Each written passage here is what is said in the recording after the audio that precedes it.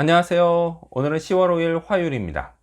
오늘은 출애굽기 26장 1절에서부터 37절까지를 본문으로 큐티 가이드를 시작하겠습니다. 먼저 오늘 이 본문을 통해 제가 묵상한 하나님은 양식을 보여주신 분입니다. 솔직히 오늘 같은 본문은요, 묵상하기 참 어렵습니다. 아예 읽기조차 어렵습니다.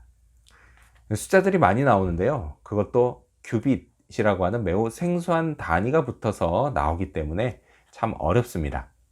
그래서 또한 오늘 본문처럼요, 이렇게 설계도를 글로 바꿔 놓으면 이게 정말 아무리 읽어도 뭐가 뭔지 잘 모르겠습니다. 그래서요, 오늘 본문을 이해하기 위해 큐빗을 센티미터로 환산하고, 그래서 1큐빗은 44cm, 그리고 자색은 자주색으로, 또 고는 고리, 이렇게 현대어로 바꿔서 읽어야 했습니다. 그래도요, 여전히 성막의 설계도는 쉽게 감이 잡히지 않습니다. 자, 어쩌면 이건 모세도 마찬가지 아니었을까요? 물론요, 모세는 저보다 똑똑해서 하나님이 말로 알려주셔도 곧잘 이해했을 것 같습니다. 자, 그런데요, 오늘 본문을 자세히 보면 모세도 이 정도로 똑똑하지는 않았던 것 같습니다. 30절 말씀을 읽겠습니다. 너는 산에서 보인 양식대로 성막을 세울지니라. 아멘. 분명 하나님이요, 모세에게 성막의 양식을 보여주셨다라고 되어 있습니다. 천하의 모세도요, 말로만 들어서는 완전히 이해하기가 어려웠던 것 같습니다. 그래서 그게 무슨 방법이었던지는 잘 모르겠지만요, 하나님은 분명 모세에게 이해하기 쉽도록 보여주셨다는 것입니다. 이게요, 2차원 평면도로 보여주실 수도 있었고요, 아니면 3차원 홀로그램으로도 보여주실 수 있었을 겁니다. 자, 아무튼 하나님은요, 제게도 얼마든지 보여주시는 방법으로 알려주실 수 있는 분이십니다. 대개는요, 성경에 적힌 글자를 통해 알려주시지만, 때로는 하나님의 주권 아래 무슨 방법으로든 보여주실 때도 있습니다.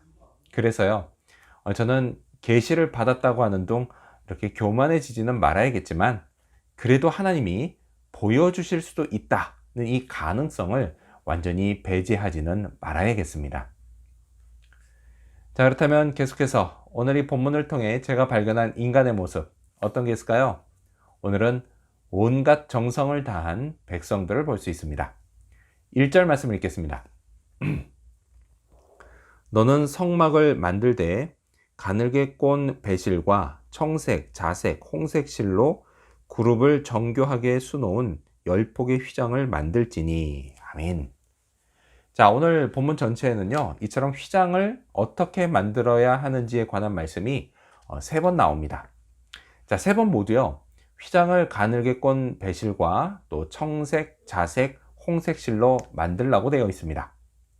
가만히 생각해 보면요, 이건 무척 힘든 일이었을 겁니다. 그 의료업에 종사하셨던 집사님의 말씀에 따르면요, 목화에서 실을 뽑고 그 실로 천을 만들고, 그리고 다시 그 천으로 옷을 만드는 모든 과정을 보게 되면 이후로는 옷을 함부로 입지 않게 된다고 합니다. 그만큼 손이 많이 가고 정성도 많이 들어간다고 합니다. 그나마도요, 이건 21세기 기계화가 이루어진 공장의 이야기입니다. 하물며 수천 년 전에는요, 훨씬 더 많은 정성이 필요한 작업이었을 겁니다. 실을 만드는 것도 그렇지만 이걸 청색과 자색과 홍색으로 염색하는 일까지 더하면 더 말할 것이 없습니다. 자, 그런데요, 그것으로 끝이 아니었습니다. 휘장을 만들라는 말씀들 중에요, 2번은 정교하게 그룹, 천사입니다. 천사를 수놓으라고까지 명령하셨기 때문입니다. 모르긴 몰라도요, 그 정교함은 상상을 초월할 수준이었을 겁니다. 자, 그러니 백성들에게 성막을 만드는 일은 정말 온갖 정성을 다 쏟아붓는 일이었을 겁니다. 그렇다면 저는 과연 어떨까요? 저도 하나님이 시키시는 일을 이 정도로 정성을 다해 하고 있을까요? 정말 반성이 됩니다. 자, 그렇다면 끝으로 오늘 이 본문을 통해 나에게 주신 교훈이 뭘까요? 그건 대충 건너뛰려고 하지 말자입니다. 얼마 전까지 우리 동네 쇼핑몰에는요, 비만 왔다 하면 빗물이 됐습니다. 그 떨어지는 빗물을 받느라 그냥 곳곳에 양동이 같은 것들을 갖다 놨는데요, 보기에 참 민망했습니다. 만약에요, 이런 일이 여호와의 성막에서 벌어진다면 그건 일종의 참사였을 겁니다. 하나님은요, 성막을 총 4겹으로 두르게 하셨습니다. 먼저는 실로 짠 천이었고요. 그리고 그 위에 염소털로 만든 휘장을 덮었습니다. 그리고 세 번째와 네 번째는 이렇게 했습니다. 14절 말씀을 읽겠습니다. 붉은 물들인 순양의 가죽으로 막의 덮개를 만들고 해달의 가죽으로 그 윗덮개를 만들지니라. 아멘.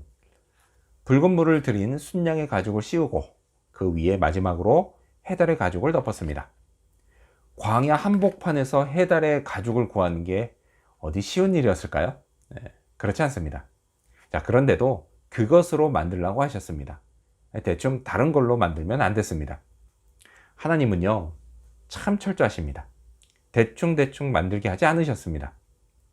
저도요, 하나님이 명하신 것을 대충 하려고 하면 안 됩니다. 충실하게 하려고 애써야 합니다. 그러면요, 솔직히 귀찮을 때도 있습니다. 하지만요, 귀찮아도 그 속에 다 나를 향한 좋은 뜻이 있다는 것을 명심하고 어쨌든 최선을 다해야겠습니다. 그 좋은 게요, 당장 눈에 띄지 않아 또 체감하지 못할 수도 있지만 살다 보면 큰 비가 올 때가 있는 것처럼 언젠가는 분명 철저히 하기를 잘했다는 생각이 들 때가 올 것입니다. 그렇게 오늘도요, 최선을 다하는 그런 하루가 되기를 소망합니다. 기도하겠습니다.